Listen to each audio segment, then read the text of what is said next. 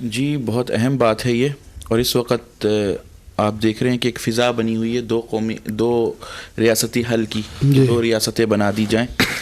دیکھیں ہم ابتدائی طور پر دیکھتے ہیں کہ جو غاصب جس نے اس ملک پر شب خون مارا اور قبضہ کیا، اس کا اصولی موقف کیا ہے؟ کیا وہ واقعی دو ریاستی حل پر یقین رکھتا ہے، یا جو مجوزہ حل مسلم حکمرانوں نے پیش کیے ان کو وہ تسلیم بھی کرتا ہے کہ نہیں؟ یعنی ہم یہاں ایک راگ الاپ رہے ہیں کہ جناب دو ریاستی حل، اور دوسری طرف سے معلوم ہوتا ہے کہ جو ہمارا فریق مخالف ہے وہ کہتا ہے کہ میں دو ریاستی حل کو مانتا ہی نہیں ہوں۔ تو جب ہم اس صہیونی ریاست کو دیکھتے ہیں تو یہ ویسے تو اپنے ظاہری اسٹرکچر میں ہمیں ایک سیکولر ریاست نظر آتی ہے، لیکن یہ ٹھیٹھ مذہبی ریاست ہے اپنے عقیدے کی بنیادوں پہ، اور جو تحریف شدہ عقیدہ ہے اس پہ ایک الگ علمی بحث ہو سکتی ہے، لیکن اسی تحریف شدہ عقائد کی بنیاد پر جو دعائے دانیال کا عقیدہ اور ہیکل سلیمانی کا مزعومہ عقیدہ اور ایک پوری دنیا پہ حکومت کا جو خواب ہے، ان خوابوں کی تعبیر کے لیے اس ریاست کو وجود میں لایا گیا۔ اس میں کیا ہے کہ ایک بلا حدود ریاست، یعنی اسرائیل کا جو اس کے حوالے سے نقطہ نظر ہے وہ بلا حدود ریاست کا قائل ہے،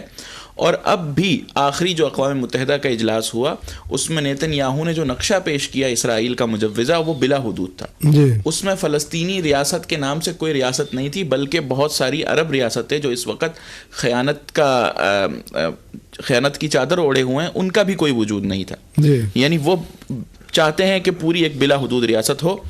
اور پھر ہم یہ دیکھ لیتے ہیں کہ مذاکرات کے ذریعے سے اس مسئلے کو حل کرنے کی کتنی کوشش ہوئی، بہت کوشش ہوئی۔ آپ دیکھیں کہ اسرائیل کے قیام کے اگلے ہی دن عرب ممالک نے اس پہ حملہ کیا،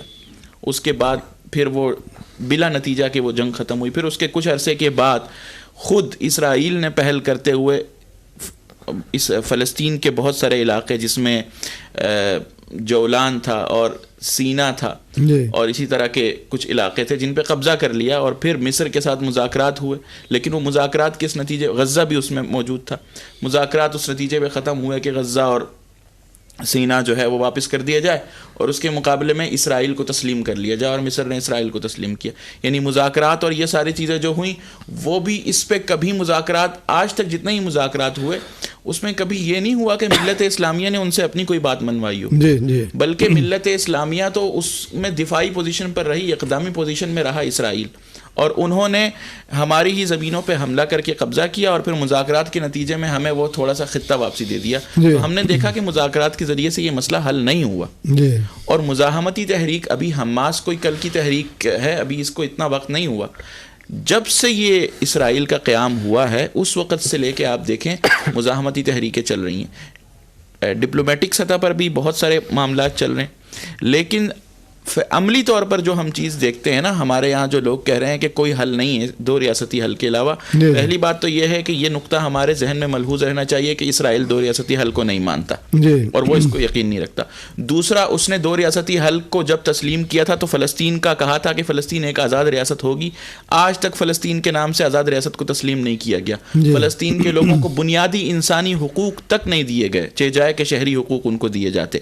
اس کے بعد ہم دیکھتے ہیں کہ مزاحمت نے فائدہ کتنا دکھایا، تو ہم دیکھتے ہیں الحمدللہ یہ جو غاصب صہیونی ہے یہ صرف قوت کی زبان سمجھتا ہے، کیونکہ طاقت کے نشے میں اندھا ہے۔ جو طاقت کے نشے میں اندھا ہوتا ہے وہ سیاسی زبان نہیں سمجھتا، اور چونکہ ہے بھی وہ جس طرح ہمارے بانی پاکستان محمد علی جناح رحمۃ اللہ علیہ نے فرمایا کہ ناجائز اولاد ہے اقوام متحدہ کی، تو لاڈلی اولاد ہے ان کی، تو وہ اس اولاد کی بات کو ٹالتے نہیں ہیں، اس کی بات ماننے کے لیے اپنے سارے قوانین اور ضابطے توڑ دیتے ہیں۔ تو ہم نے دیکھا کہ کوئی قانون اور ضابطہ بھی کام نہیں کرا، تو پھر آخر ایک ہی حل رہتا تھا کہ وہاں کے لوگ اپنے حق کے خود ارادیت کو استعمال کرتے ہوئے اپنی آزادی کی جنگ لڑیں، اور وہ اس وقت سے لڑتے آ رہے ہیں، نام بدلتے آ رہے ہیں، کبھی عز الدین القسام کی صورت میں تھے، کبھی جو ہے وہ خالد مشعل یا احمد رنتیسی یا احمد یاسین یا عبدالعزیز رنتیسی کی صورت میں تھے۔ یہ فلسطین کی عوام ہے جو اپنی خود ارادیت کا اور اپنی آزادی کا مقدمہ لڑ رہی ہے اور اپنی آزادی کی جنگ لڑ رہی ہے، اور وہی فلسطین کے اصل ریپریزنٹیو ہیں، اور انہی کا جو بیانیہ ہے وہی اصل بیانیہ ہے فلسطین کے حوالے سے، اور انہی کی بات حیثیت رکھتی ہے اس میں۔ تو اللہ کے فضل سے آپ نے دیکھا کہ تاریخ میں پہلی دفعہ یہ ہوا، جو لوگ کہہ رہے ہیں کہ اس کا کوئی فائدہ نہیں ہوا، اس مزاحمت کا کوئی فائدہ نہیں ہوا، اس جہاد کا کوئی فائدہ نہیں ہوا، تو آپ دیکھیں کہ گزشتہ 100 برس کے اندر وہ غاصب صہیونی جو ہمیشہ اپنی بات منواتا رہا، اس دفعہ وہ اپنے فریق مخالف کی بات پر مذاکرات کرنے پر تیار ہوا جی. اس کا نقصان اس قدر ہوا کہ اس کی کمر ٹوٹی ہوئی ہے, ہزیمت کا شکار ہے, اور صرف ان کا ایک جو اس وقت کا فرعون ہے نیتن یاہو جی جی. وہ اپنے سر کو اوپر رکھنے کے لیے کہ میرا سر جو ہے وہ شرم سے نہ جھک جائے اپنی قوم کے سامنے, اپنی بس رٹ اس کی جو ہے وہ چیلنج ہو چکی ہے, اسی لیے وہ اس قتل عام کو مزید طول دیے ہوئے جی. تو انشاءاللہ جہاد کے ذریعے سے بہت سارے, اللہ تعالیٰ کے نبی صلی اللہ علیہ وسلم کی جو حدیث ہے کہ ان اللہ لا یضع بالسلطان ما لا یضع بالقرآن, کہ کبھی کبھی جو ہے نا وہ قوت کے ذریعے سے وہ فیصلے ہو جاتے ہیں کہ وہ بسا اوقات نصوص کے ذریعے سے وہ فیصلے نہیں ہو پا رہے ہوتے. تو قوت مطلوب ہے, اللہ تعالیٰ نے قرآن میں خود ہمیں اس کا حکم دیا ہے کہ وَأَعِدُّوا لَهُم مَا اسْتَطَعْتُم مِّن قُوَّةٍ. تو مسلم ممالک کو اس وقت اپنی قوت اختیار کرنی چاہیے, کیونکہ فریق مخالف مذاکرات کی زبان نہیں سمجھ رہا. جی بجا فرمایا آپ نے کہ یہ جو تحریک ہے, تحریک مزاحمت, یہ مختلف حوالوں سے چلی آ رہی ہے. بالکل. کہیں خالد مشعل اور کہیں احمد یاسین شیخ رہے, تو آپ وہی اسماعیل ہنیہ جی. اور وہی جو ہے نا ابو عبیدہ کی شکل میں ہے. اور میں اکثر یہ بات کہتا ہوں کہ مسجد اقصیٰ سیدنا ابراہیم علیہ السلام نے بنائی تھی, اب اسماعیل اس کو آزاد کروائیں گے. بالکل انشاءاللہ. اور شام کو ابو عبیدہ بن جراح امیر الامت نے فتح کیا تھا, اور اب ابو عبیدہ ہی اس کو پھر دوبارہ سے فتح کریں گے. تو اس میں تو کوئی شک والی بات نہیں ہے. اور جہاں تک نیتن یاہو کا معاملہ ہے, تو اس دور کا اگر اپنے ابو جہل دیکھنا ہو تو نیتن یاہو ہے. اس پہ میں ایک چھوٹی سی بات کیے چلوں